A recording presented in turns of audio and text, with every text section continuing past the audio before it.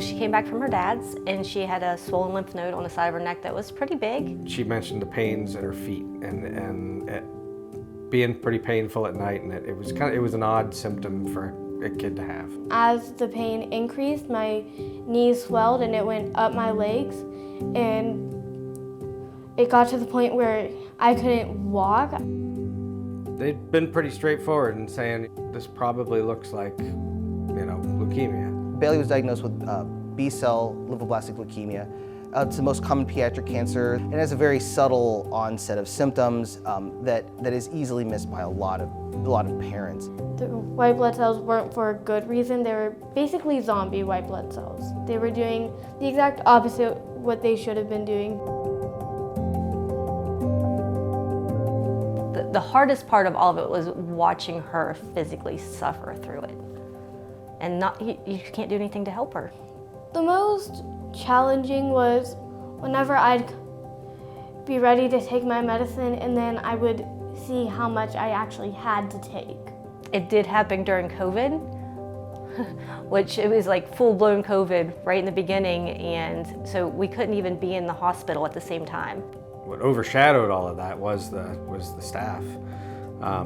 The doctors and nurses were phenomenal. She adores most of everybody that works there. I don't know if you know Nurse Frank.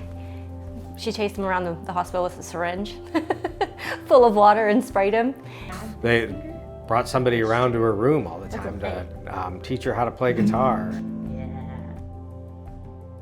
Baylee is the toughest person that I know. She can go get chemo and a spinal tap and later on in the afternoon be in the swimming pool swimming in a swim meet.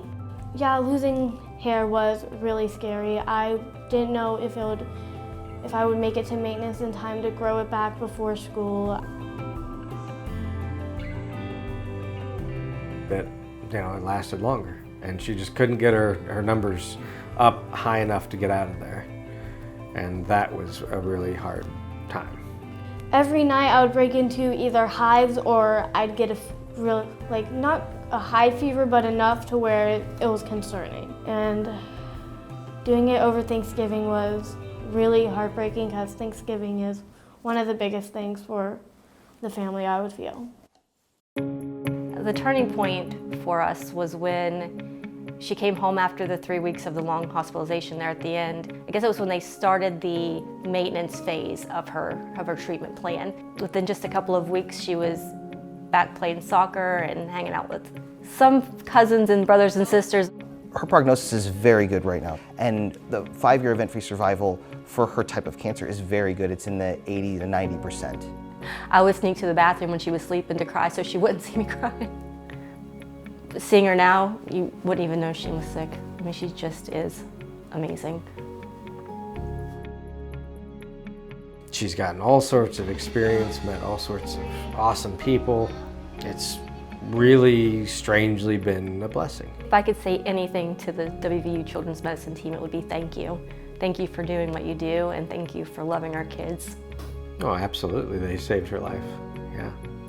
They are my pride. They are the reason I am here. If they wouldn't have been nearly as great as they were, I don't think the majority of this would have been possible without them.